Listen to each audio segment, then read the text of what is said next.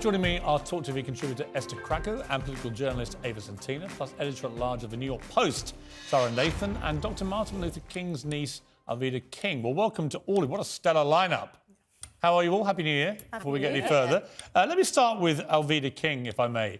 Alveda, we now learn today from Prince Harry's interview with ITV, actually, that there was never any intention in that Oprah Winfrey interview to suggest that the royal family had been racist.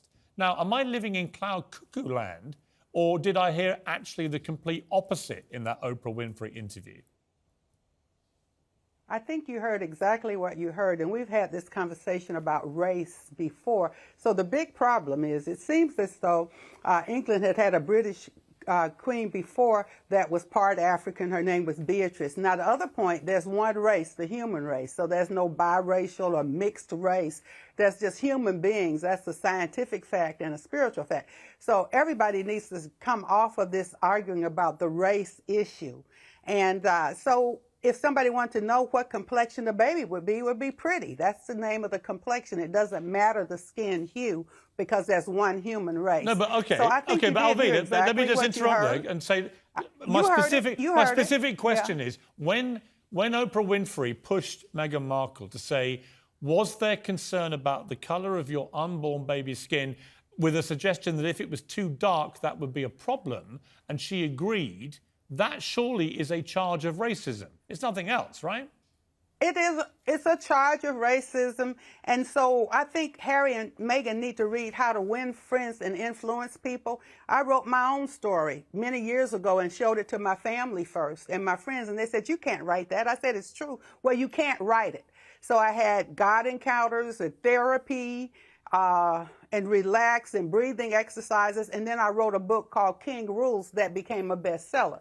So Harry and Meghan are traumatized. They need to be healed. I'm traumatized by Harry and Meghan. Trauma.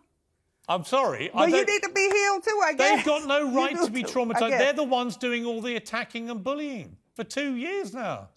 Hurt people do hurtful things. They're not hurt. They're making hundreds of millions of dollars. Well, money doesn't solve pain. Clearly. Yes, not really. Clearly, now, because Harry with still... what they're doing? Yeah, but Alveda, clearly it doesn't, because Harry still looks utterly miserable. Let me go to Sara Nathan. Well, what I'm saying, they need Alveda, healing. I'll come back to you in a moment. Help. I'll come back to you. I just want to talk to Sara Nathan about the American anglers. I was just on a column for the New York Post, basically just taking on Harry the hypocrite, frankly, this Prince of Privacy who's now invaded everyone's privacy when it suits him. What is the reaction, though, in America? I keep hearing conflicting reports that people are with them, they're against them. Is it mixed? What percentage do you think of Americans are falling for this guff? Hi, by the way. I think what is very interesting is that Americans in general love emotions. They love a redemption. They love, opening your guts on national TV, which is what they did on Oprah. And I think they fall for this a lot more than Brits do. And having lived here for 10 years, I can safely say that. But I think what's interesting now is we're starting to see a little turnaround in the feelings about Harry and Meghan.